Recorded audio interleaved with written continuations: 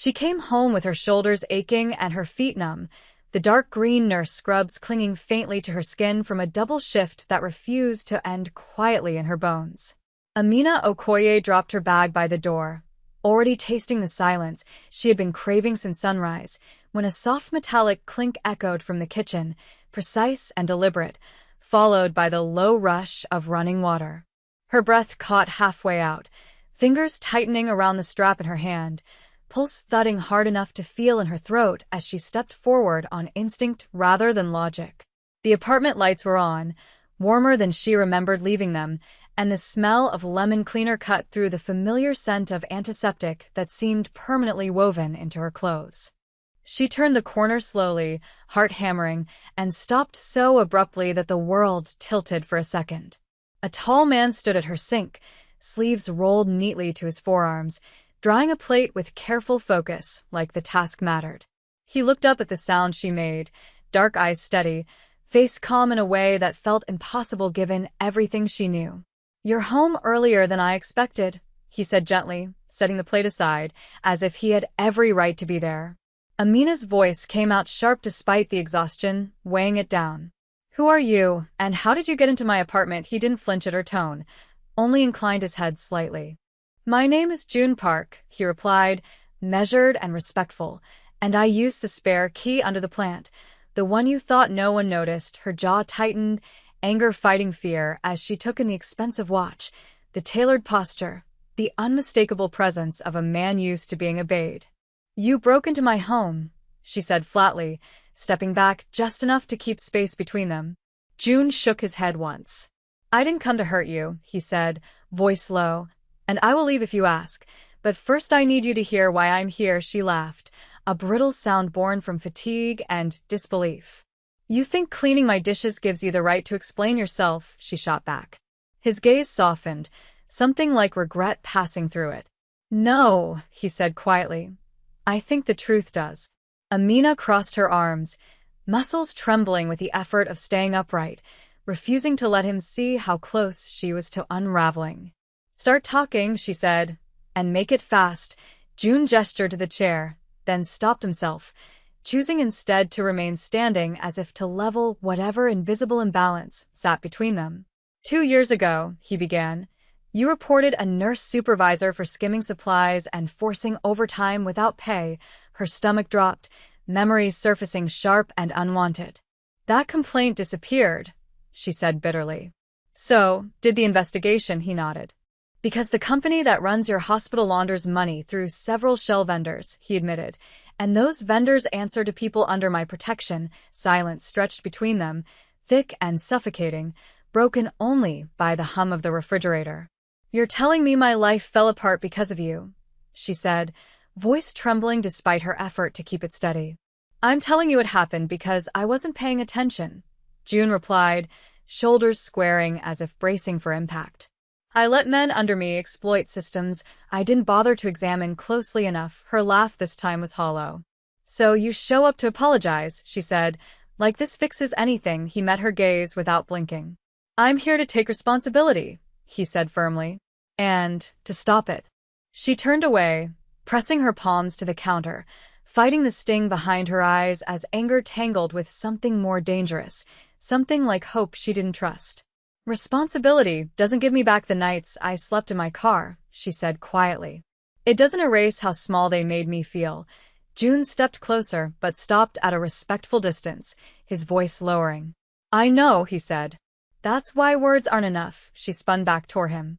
"Then why are you still talking?" she demanded. He reached into his jacket slowly, deliberately, and set a thick folder on the table between them. "Because action has to start somewhere," he replied. Inside were documents, names she recognized, dates burned into her memory, and evidence detailed enough to make her knees weaken. "I've already shut down the contracts," he continued. "There will be arrests." Amina stared, fingers hovering over the pages as if they might vanish. "Why me?" she whispered. June's expression shifted, something raw breaking through his control. "Because you were right," he said simply. "And because my daughter asked why the nurse who helped her when she broke her arm looked so tired all the time." Her breath hitched at the mention.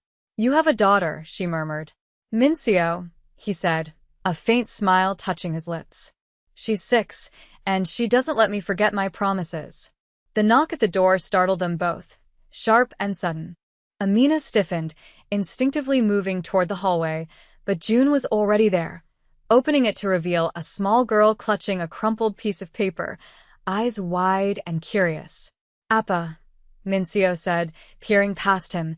"Is this where the nice nurse lives?" Amina froze, heart twisting as the child's gaze landed on her, bright and unguarded. "You didn't tell her," Amina said quietly. "I didn't need to," June replied, stepping aside. Mincio walked in without fear, holding out the paper. "I drew this for you," she said softly. It was a picture of a woman in green scrubs holding a hand, both smiling. Amina crouched despite the ache in her legs, tears finally spilling as she accepted it.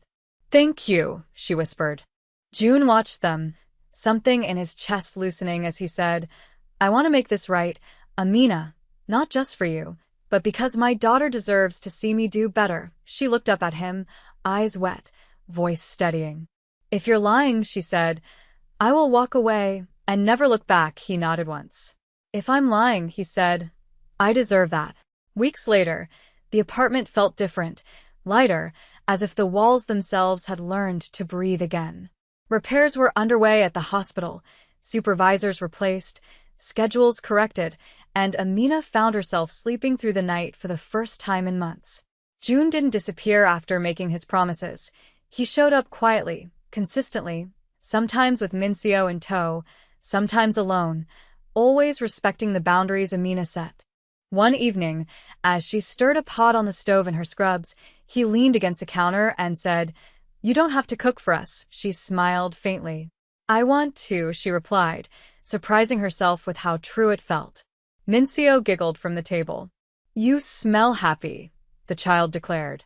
June met Amina's eyes over the steam rising between them, something warm and tentative passing in the silence. "I'm glad you let us stay," he said softly. Amina exhaled, the weight on her chest easing just a little.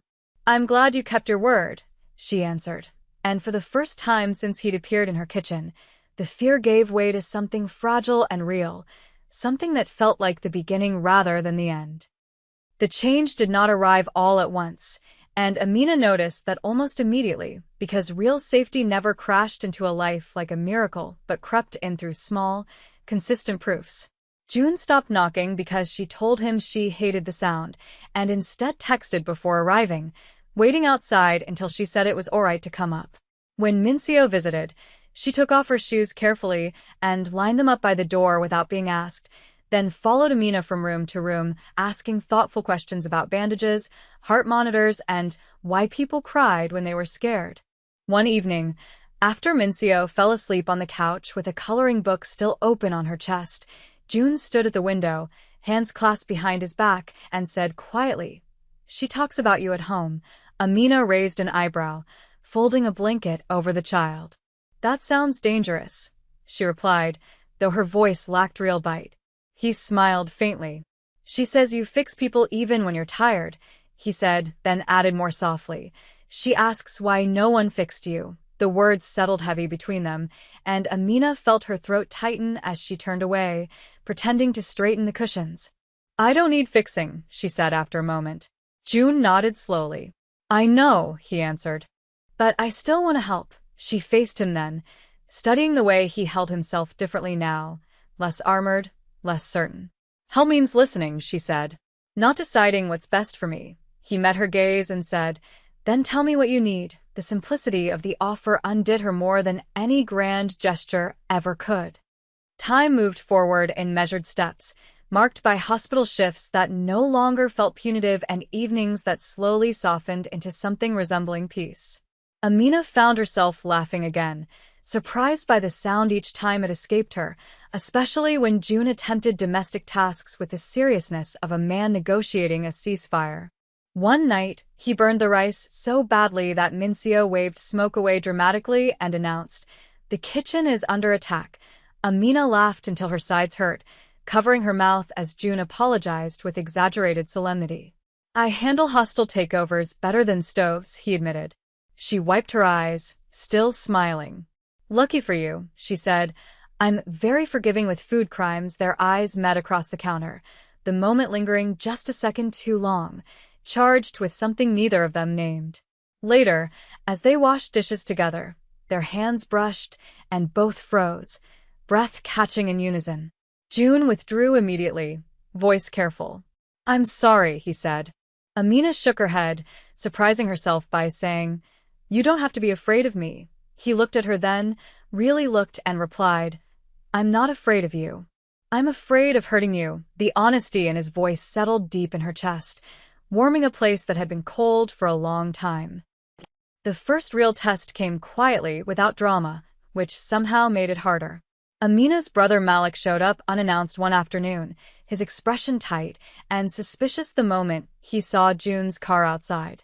Inside the apartment, Malik crossed his arms and said bluntly, So this is the guy. June inclined his head respectfully. I'm June Park, he said. Malik snorted. I know who you are, he replied. I also know men like you don't do anything unless it benefits them. Amina tensed, but June answered calmly. You're right, he said. I spent years confusing benefit with control. Malik studied him, unimpressed. And now, he pressed. June glanced at Amina before answering. Now I benefit by becoming someone my daughter can respect, he said. And someone your sister doesn't have to fear. Malik held his stare for a long moment, then turned to Amina. If he hurts you, Malik said quietly. I don't care who he is. Amina met her brother's eyes and replied, I know. When Malik finally left, June exhaled slowly. He loves you, he said. Amina nodded. He's protecting me, she corrected gently. June smiled faintly. As he should. The night June finally told her everything, it was raining softly against the windows, the city blurred into streaks of light beyond the glass. Mincio was asleep in the spare room, breathing deep and even, and the apartment hummed with quiet. June sat across from Amina at the small table, hands wrapped around a mug he hadn't touched. There are things about my life that don't disappear just because I want them to, he said carefully. Amina listened, heart steady but alert. I know, she replied. He looked relieved by that, then continued, explaining the weight of responsibility, the people who still watched him, the work it took to dismantle systems without letting worse ones replace them. I won't lie to you, he said. I am still dangerous to some people. Amina considered his words, then asked, and to me, he shook his head immediately. Never, he said. Not if I have a choice. She held his gaze, then said quietly, Then don't take my choice away. He nodded, emotion flickering across his face. I won't, he promised. When he reached across the table this time, she didn't pull back, letting her fingers rest against his, the contact gentle but grounding. We're not rushing this, she said. June smiled softly. I wouldn't dare. The commitment did not come wrapped in declarations or dramatic kisses, but in presence, in mornings where June made coffee before her shift, and evenings where Amina helped Mincio with homework while June listened from the doorway. One night, as Amina changed out of her dark green scrubs, she caught June watching her reflection in the mirror, his expression open and unguarded. What? She asked, amused. He hesitated, then said, I was thinking how strong you are. She studied him, then replied, Strength isn't never needing help. He nodded. I'm learning that, he said. Later, as they sat on the couch with Mincio curled between them, half asleep, Amina rested her head against June's shoulder without thinking, and he went perfectly still before relaxing into the moment. This feels nice, Mincio murmured. Amina smiled. It does, she agreed. June closed his eyes briefly, voice thick when he said, I don't want to lose this. Amina squeezed his hand. Then keep choosing it, she said. The future did not promise ease, but it promised honesty, and that felt like more than enough. On a quiet morning, months later, Amina stood in the kitchen watching June fix a loose cabinet hinge while Mincio hummed softly at the table, drawing another picture. She felt a warmth settle in her chest, not the dizzy rush of infatuation, but the steady glow of something earned. June caught her watching him and smiled. What? He asked. She shook her head. Nothing, she said, then corrected herself. Everything. He crossed the room, stopping just short of her, giving her space even now. "Amina," he said gently. "I don't know what this becomes." She reached for his hand, lacing her fingers through his. "Neither do I," she replied. "But I know I'm not afraid anymore." His grip tightened slightly. "Reverent." "Then we keep going," he said. She nodded, leaning in until their foreheads touched, the apartment quiet around them, filled not with perfection, but with trust, warmth, and the simple, powerful choice to stay.